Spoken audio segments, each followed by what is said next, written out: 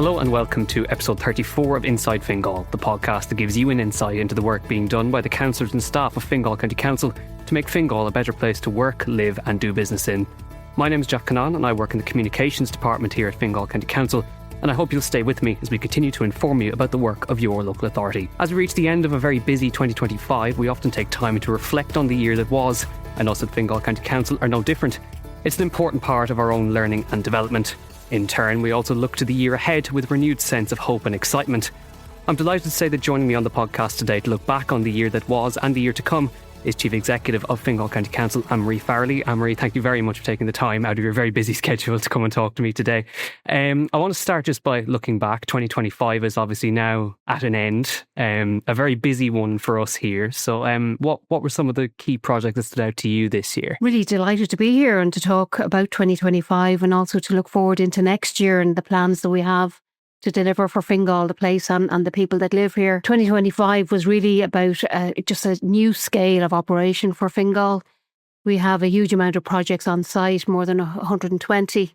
And those projects are relating to a spend of 750 million, through 750 million on site. Certainly in my time when I'm a career public servant, I've worked in local government all my life. I've never seen that level of spend in Fingal or in Dublin County Council before that. And why has that spend gone up so much? I suppose the key thing that we're doing is we're delivering housing at scale. But more importantly, I suppose, as well as delivering homes for people, we're delivering good communities. So we're building a lot of community facilities too. And then we take a very much a land activation approach. So we're servicing land so that we can get more homes for people and more economic development in the county. So it's been a good year in 2025. We have a very strong management team and a very strong staff in Fingal. So I'm delighted with their work. They're a great support to the county, and I certainly couldn't do this job without them. Absolutely, yeah. We can actually see the work going on outside on the Swords Cultural Quarter, another major project that got underway obviously recently as well. We're looking ahead now to next year. Obviously we've got plenty done in 2025 between housing projects, capital infrastructure. Looking ahead to 2026, you've mentioned the budget. There's a huge 11% increase on the annual budget next year. So what have we got to look forward to next year, I suppose? Well, I know our councillors really want the people of Fingal and the businesses of Fingal to come outside of their premises and see a well-maintained county. So a lot of our budget for next year is to continue the service we have delivered. Our operations department is led by Mary T. Daly. And the purpose of having a good, strong operational budget is so that people enjoy living and working in the county and that we have a high standard of service. So that's a big part of it. Housing, no doubt, is an even stronger part of that. It relates to our work, but also the work of the Land Development Agency and approved housing bodies in the county. I suppose we support a lot of what others do as well as what we do ourselves in housing delivery. So some of our operational budget reflects what approved housing bodies do in the county, for example, when they make social homes available to the people who are on the Fingal County Council housing list. Absolutely. Now, we can't mention major projects, I suppose, getting a green light without mentioning Metrolink this year with the granting of the railway order. Now, as we're recording this, obviously, there's still a mediation process of judicial review going on. But I mean, with that now down the line, I suppose, what is that going to mean for this area? And I suppose, how are Fingal helping with the delivery of that infrastructure? Well, just to say, I'm on the board of Transport Infrastructure Ireland, so I'm very close to Metrolink from that perspective, but also very close to Metrolink from the perspective that it will serve Dublin Airport and Swords. I think I saw a figure recently for about 53 million passengers will use Metrolink each year. So can you imagine the difference that will make to the M1, for example? I'm always struck every morning as I'm coming into work, no matter what time of the day it is. The M1 is, fairly well congested. Really important that we deal with that traffic congestion by providing really good public transport. And that's what Metrolink is about. The other thing about Metrolink is that it does open up a lot of development lands for housing. So back to that piece about delivering more homes. Swords is where that can happen. And it will happen very easily if there's strong public transport links. When I come in each day and look out the window here and see the Swords Cultural Quarter, Culture House under construction, see the social housing under construction outside the window, you can see what we're trying to do in terms of transforming Swords as a county town, making sure that it has the services and the facilities that are necessary for a growing town. Potentially a population of 100,000 will be living in Swords in the next decade or two. We need to make sure that we prepare for that. So that's part of what our infrastructure spend is about. We're looking forward to progressing towards Main Street and its upgrade in the next year, in 2026. We will be on site delivering the public realm around the castle, around our offices here and headquarters, as well as Culture House, just making sure that we open up all of that area, having each of our sites speaking to each other and making it a really pleasant place to dwell. So that'll be the first part of the re-energising of Swords Main Street. So I've moved on to that from Metrolink, but there's a valid reason for that. Metrolink will also transform Swords. So we want to make sure that we create all the pieces of the jigsaw together so that ultimately when Metrolink is delivered, it'll be delivering to a thriving town that will deliver or may already have delivered those homes. People who know Swords will know that it has traditionally been a location for housing delivery. Even in the last decade, when other areas were not seeing many homes being delivered, Swords has kept up its momentum in terms of housing delivery. So the area to the west of Swords is well under development at the moment. Pleased that we have our own site there, delivering approximately 400 houses. So again, really important that we bring everything together and make sure all of our projects will deliver a strong county. And including a strong town. We'll do everything we can to support Metrolink. We will have a team established within Fingal in the coming year that will work closely with Transport Infrastructure Ireland and the Metrolink delivery team to make sure that we're ready for Metro and we're helping them to get it delivered. Apart from that, then, there are some projects that are very important to Metrolink. We'll be going on site shortly with works to the R132. Those works are effectively enabling works for Metrolink. They will look at creating a much more pedestrian-friendly environment on that road and also making sure that the crossings in that road are safe for everybody that uses it. So active travel is a key part of that, and again, very necessary to be delivered in advance of Metro. That's actually part of the Metrolink planning decision, that those works are done before Metro commences. You mentioned there's so many projects that have to go in, and I suppose one of the key challenges, as chief executive, is forward planning. I mean, it's a huge challenge for you, is it? Yeah, absolutely. I suppose you really need to have a 10 to 20 year horizon. So it's really identifying the strategic opportunities for the county. I've mentioned a lot about Swords. Maybe to talk about Dublin 15 for a moment. I mean, that's our largest urban area, a young population that need to be supported. One example of forward planning in that area in recent times was our purchase of 60 acres at St. Catherine's Park. Again, forward planning in terms of the open space that's required for Dublin 15 and the population that live there. Of course, housing continues to be delivered in that area, both on private sites and on our own sites. We have a large site ourselves in Churchfields in Dublin 15, delivering cost rental, social and affordable housing. So again, making sure that we plan these areas well. And that's a really good example of sustainable communities where we went in and delivered a park at the same time as the housing. We forward planned the active travel routes and the access road to the area before going on site with the housing.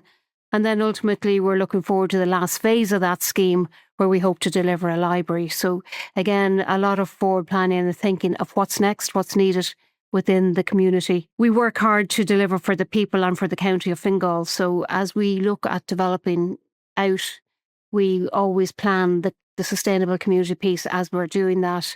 And then not to forget the existing population. We spend a lot of our money in terms of our operational budget maintaining our regional parks, for example, and we're a very lucky county insofar as they're spread right throughout. I mentioned St. Catherine's Park in Dublin 15. We have Newbridge House and Domain close to Donabate. We have Malahide Regional Park as well. And of course, our Gillen in the north of the county in Balbriggan. So whereas our budget for next year is 433 million, you have to put that in the context of more housing delivery, but more importantly, sustaining what we have already and making sure that our parks, which people enjoy every day, are kept to a high standard. And again, really important work for the county. I've also spoken a lot about housing, but economic development is why we thrive as a county. Really proud of the number of companies that have chosen Fingal as their headquarters or their location for their business. Again, a huge economic hub in Dublin 15, 20,000 jobs in the Dublin enterprise zone. But more of our economy is connected to Dublin Airport.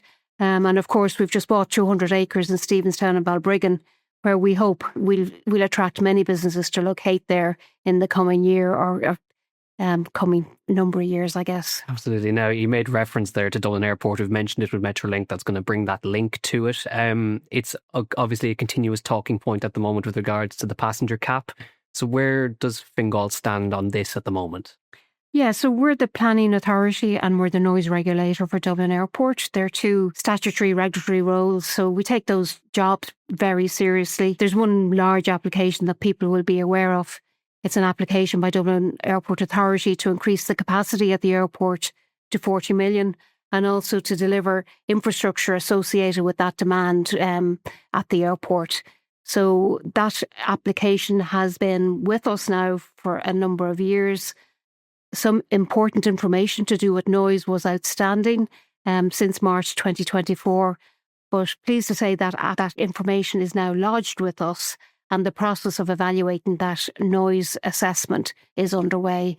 So again, ANCA, who are the noise regulators situated within Fingal County Council, will be keeping people informed on the progression of that noise assessment. And ultimately, that's legally required in order to progress the planning application. So again, a lot of work happening in that area and ultimately to align with the Dublin Airport Local Area Plan, with the Fingal Development Plan, which had already had the policy to grow the airport to 40 million and beyond. And that planning application will go through that regulatory process in due course. Absolutely. Now, with all of these projects, of course, I think it's important to mention this, but Fingal does a lot of consultation with the public as well. How important is that? Yeah, well, I mentioned that we serve our people and our place. So it's really important that the people of Fingal have bought into our plans. I mentioned that we have a capital plan of €1.43 billion. That's money that's going to be invested in the county. We want to make sure it's invested well and delivering what the people need. So we do a lot of consultation. We do what's called pre-plan consultation. So really before we've decided what should happen, for example, on an active travel route, we go out and talk to the locals, whether that be in Skerries, which is well underway at the moment in terms of a proposed active travel plan for that town, or indeed Balbriggan, where we're on site with Public Realm Works and we'll complete Quay Street and the harbour by late spring next year. We talk to people before we have our plan. We talk to people as we're going through the design process, through the planning application process, and again, give people all the information that they need before we go to site. So very important that we take everybody's contribution on board and ultimately make a very well-informed decision and be able to inform our councillors as to what feedback we're receiving from their communities. So yeah, we take it very seriously. I would say that it's important that we do that efficiently and that we can move the projects forward quickly. So delighted that we've managed to get such an amount of projects, 121 on site presently. But there's over 300 projects in our capital programme. So you can imagine the amount of work it will take to get those projects steered through to the construction stage. So again, testament to the specialist teams that are working with us to deliver those projects. And just to give you a sample of the types of projects, we're talking about housing, of course. We're talking about infrastructure to serve housing and economic lands. We're talking about community centres, libraries, our first swimming pool. I could go on, but your playgrounds, of course, another key requirement of the people who live in Fingal. So lots of work underway. I would say something that's we're probably most proud of in terms of delivery in recent years has been the recreational hub, which is a full-size all-weather pitch with a running track around it. Our first one was delivered in Porterstown in Dublin 15. We're about to go to site in Donabate with the same spec of project. The reason why we want to deliver those types of facilities is because of our growing population. They can withstand much more intense use than your standard pitch. The running track, of course, running now so popular with all age groups, but again, can it withstand a lot of intense use? And available for use all year round in all weathers.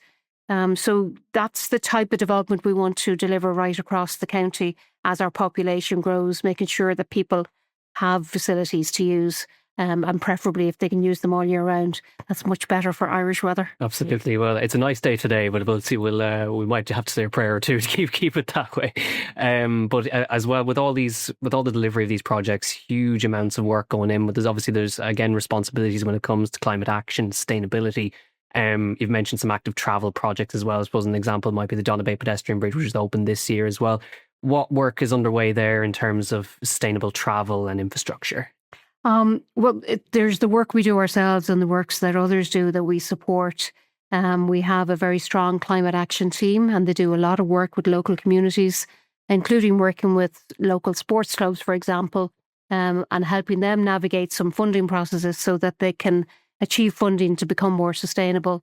Very proud to have been out in a number of clubs who have installed solar panels, for example. So that's just a small way we play our part, and thanks to government support for allowing those projects to get going in the county. We're really rolling out our active travel projects, making sure that people can make the choice, even if it's only some of the time, to walk and cycle. And those projects are being delivered in every town and village in the county, and much more to come. That department led by David Story. Separately, I suppose I mentioned Metrolink earlier. Bus Connect's important projects for the county. And again, we'll have teams working to support the national agencies that are delivering those projects. In terms of our beaches, making sure that we can cope with coastal erosion, and that's not easy. We saw in recent weeks the damage those caused to Portrane. So again, getting under the bonnet of what's happening there and trying to make sure that we steer through the necessary improvements that might slow down coastal erosion and hopefully prevent it in the future. But dealing with our national agencies, government departments, the Office of Public Work in relation to those types of projects. Aside from that, I suppose making sure we're sustainable ourselves. We have a very ambitious biodiversity programme, which we ensure best practice in the management of our parks, our open spaces, and making sure that we do the things that are right for ourselves. We were proud to have delivered LED lighting across all our public lighting system in the county. That was completed in 2024. But my goodness, what a difference it made to us. Made a huge difference in terms of our budget. The cost of our public lighting reduced by half. So you can see why that's an immediate benefit. But then separately, just introducing that energy efficiency and making sure that it is as energy efficient as can be while keeping our public lights on. So yeah, again, lots of things happening in that area. We have electric vehicles, of course, of all types, from your standard van right up to some of our heavy machinery. And again, continuing to roll out that programme to make sure that we are energy efficient and that our electric vehicles are our first choice if they will work operationally for what we do. And just to note, again, we're rolling out charging points in some of our public car parks, which is important so that to encourage everybody to embrace electric vehicles, knowing that they can charge their car conveniently in the county. Yeah, now I know that we could go on and on and on about all the projects that are underway for this year, next year and into the future. But I suppose none of this happens without the rest of the staff of the council. There's, I suppose, over 1,500 staff that work here. I imagine there's a word of thanks to go to them as well. Yeah, well, I suppose the first things to say is that we have a really committed, dedicated staff, and that's why we can deliver so many projects. When I mention projects, I mean it in a holistic way. There's the people that are on site building the cultural quarter, and then there are those that are managing the services of the council, whether that be our homeless services or our allocation of keys to the door to new social homes. We'll be signing our 1,000th affordable homes early in the new year. So that'll be the 1,000th home to be sold to an affordable home purchaser. And that's a Fingal County Council home. So that's a momentous event. But again, we have teams of staff rolling through those applications, making sure that they're fair and transparent and making sure ultimately people can move into their home as quickly as possible. I could talk about the mundane in terms of, I suppose, some of the statutory roles that we have, but they're so important for the standard of life in the county. And again, a lot of specialist and expertise staff right across every department. So a huge thanks to all of them. I hope they enjoy working in Fingal. And certainly people can make a good career in Fingal. We have very interesting roles. Delighted to see so many applicants each time we advertise a role. So we have everything from roles in administration to biodiversity officers to heritage, architects, engineers, planners, and of course the more management roles too, where you're responsible for, quite significant budgets in terms of running your own department. And again, just to acknowledge the management team who do that right across the council. Absolutely. Well, Anne-Marie, I know you have a very busy schedule, so thank you very much for taking the time to come and talk with me today. So that is it for this episode of the Inside Fingal podcast. If you have any comments or suggestions in relation to the podcast, you can email podcast@fingal.ie. Remember, you can also follow Fingal County Council on Facebook, X, Instagram, LinkedIn, WhatsApp, Threads, Blue Sky and TikTok, and also on our website, fingal.ie. Thank you very much for listening, and from all of us here at Fingal County Council, have a Merry Christmas and Happy New Year.